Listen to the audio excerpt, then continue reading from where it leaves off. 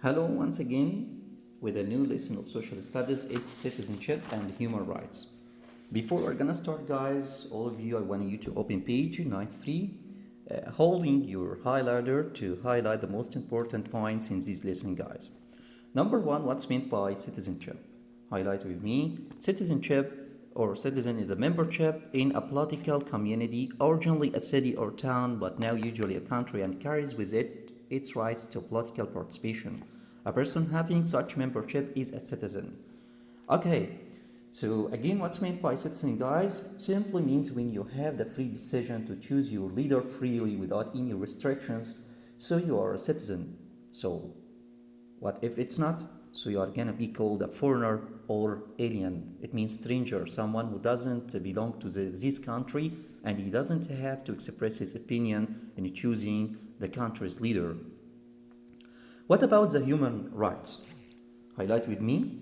Human rights refer to the basic rights and freedoms to which all humans are entitled, often held to include the right to life and liberty, freedom of thought and expressions, and equality before the law.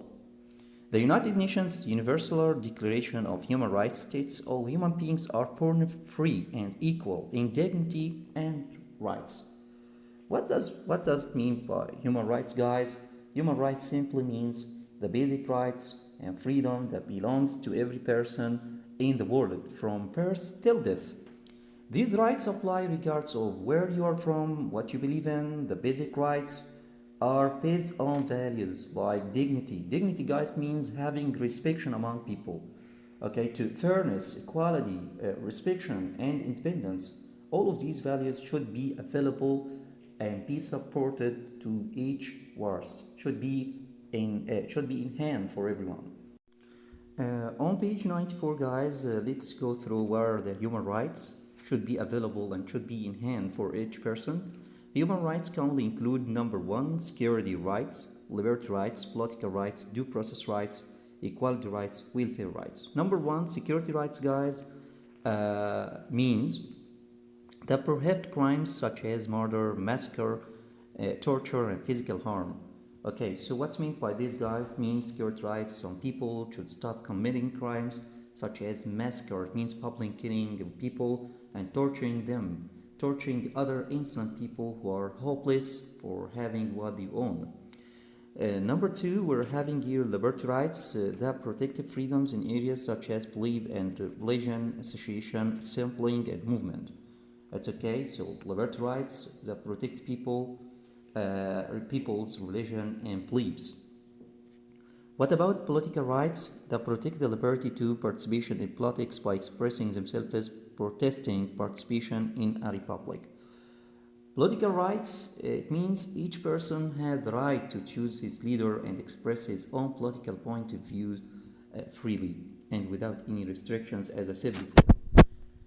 Number four, due process rights that protect against abuses of the legal system, such as imprisonment without trial, secret trials, and excessive punishments. What's meant by this? It means, guys, that there are some innocent people that they are exposed to a severe punishment without standing in front of judges. Yeah. What about equal rights? They guarantee equal citizenship, equality before the law, and non-discrimination. Yeah. Equality rights, it means all the people should be treated in the same way without looking at their color, gender, or religion. What about the welfare rights, also known as economic rights, that require the provision, education, paid holidays, and protection against severe poverty and starvation? It means that everyone should have some extra facilities such as paid holidays, traveling abroad, okay, for having some relaxation, having fun. It's okay. Now it's time to go through page 95. Highlight with me, guys. Okay, it's about child labor. Child labor means child work. Yeah, the work of some children.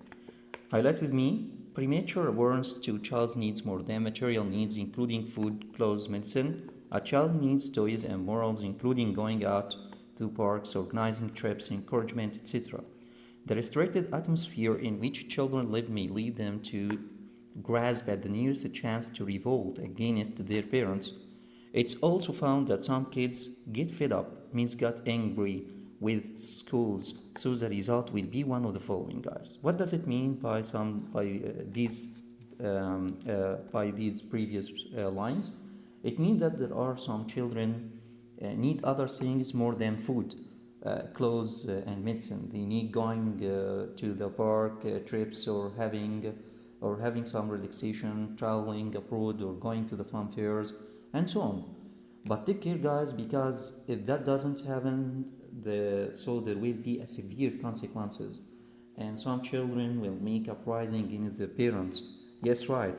So number one, some children they may take to streets and fall in bad company. It's okay, they will know some bad friends. The number two, they may take to begging.